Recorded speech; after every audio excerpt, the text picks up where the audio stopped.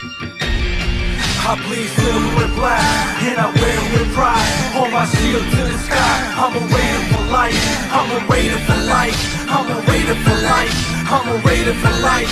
I'm a raider for life. Touchdown, Raiders!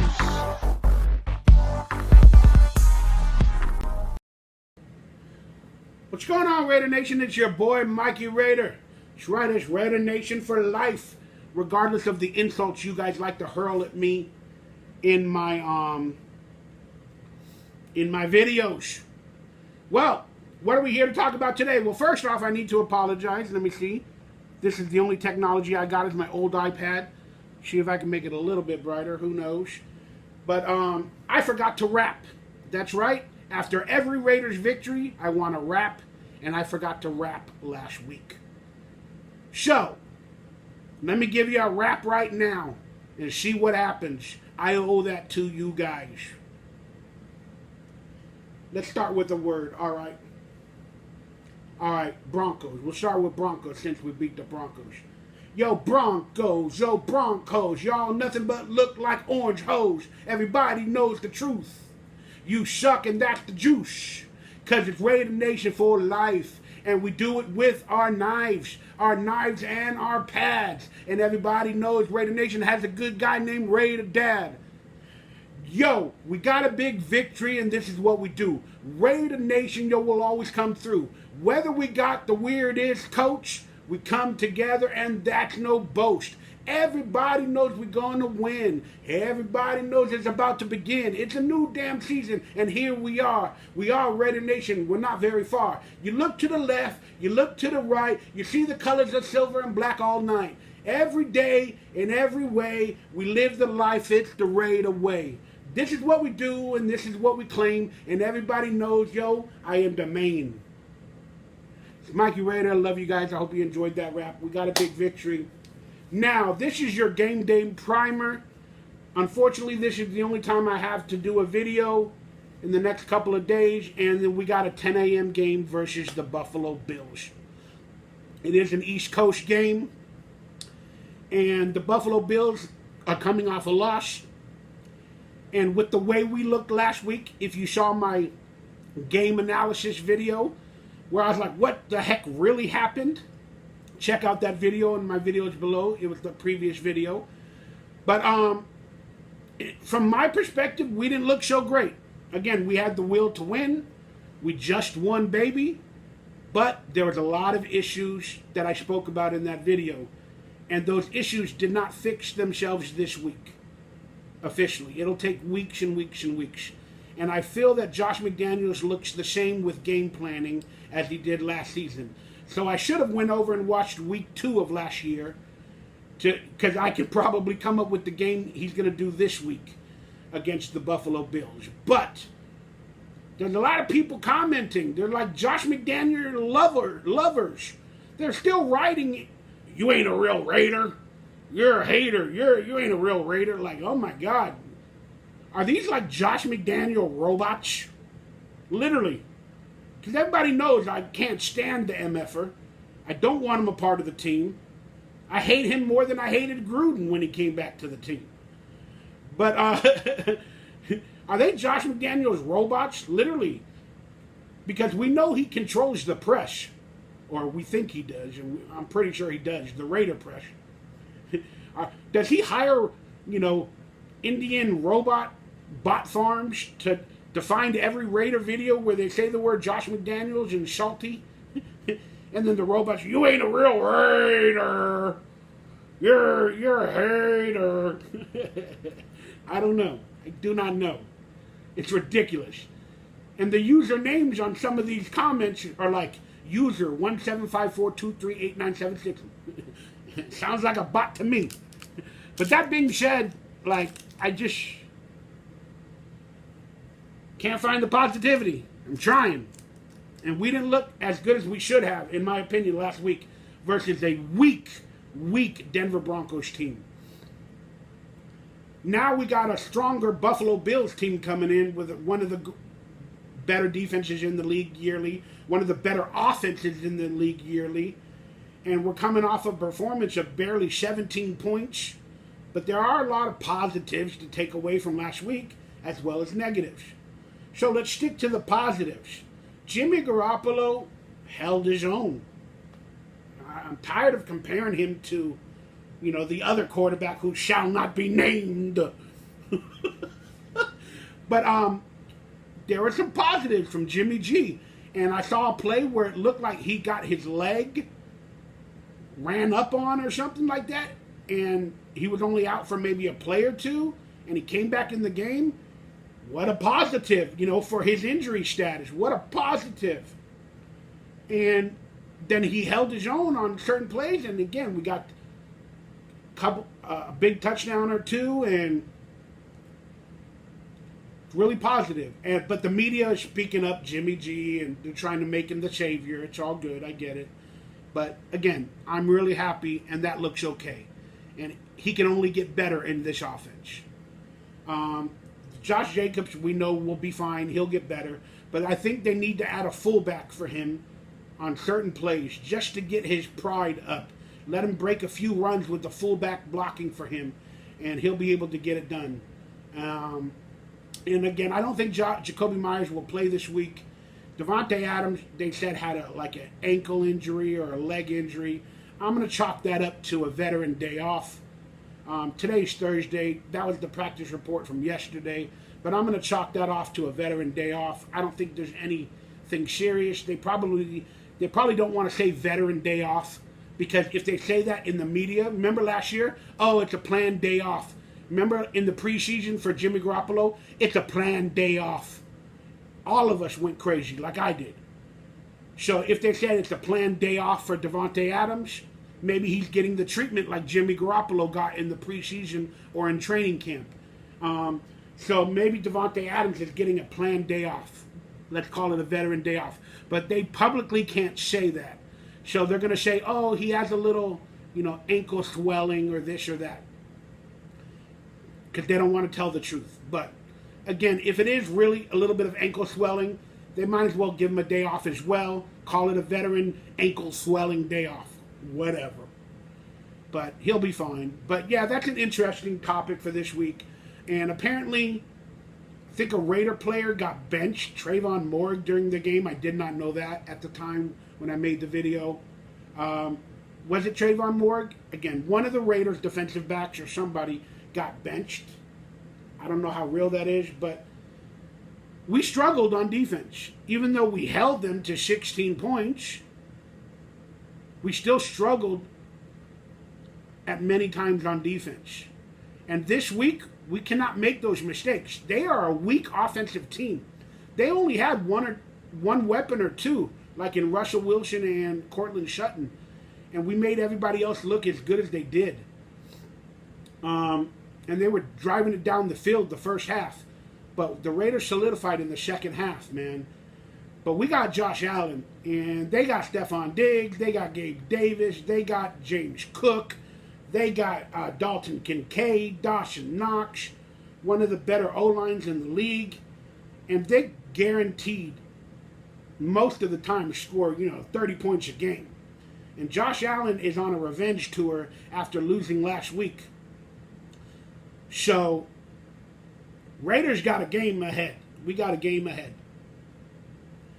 What are the abilities to win the game is to keep Josh Allen off the field. Keep Josh Allen off the field. So Josh McDaniels, in my opinion, and I thought, Jacobs would be even more on a pitch count last week, but they gave him the rock close to 20 times. And normally when he gets the rock more than 20 times, we win, or he goes over 100 yards, we win. They're going to do that again this week. Let's be honest. Josh Jacobs is already under contract with that one-year deal. They can still tag him next year. So they're not going to save him for anything. They're just going to play him. Play him all the time. And let's be honest, and I hate to say this about anybody, but Josh McDaniels is doing the playbook that he did the past 3 years. It's where he really don't care. You're paid to play, get out there and play. It's the Patriot way, blah, blah, blah, blah. So on and so forth. Again, he likes Josh Jacobs. I'm sure he does. He likes what Josh Jacobs does for him and gives him. But at the end of the day, everybody's replaceable. You know, like that's the mentality I can't stand from Josh McDaniels.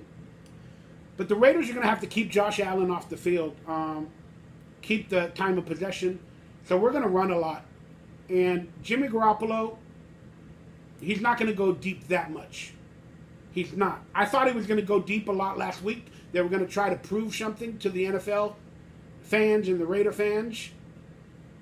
He didn't do it that much. He dinked and dunked, which is Jimmy Garoppolo's game plan.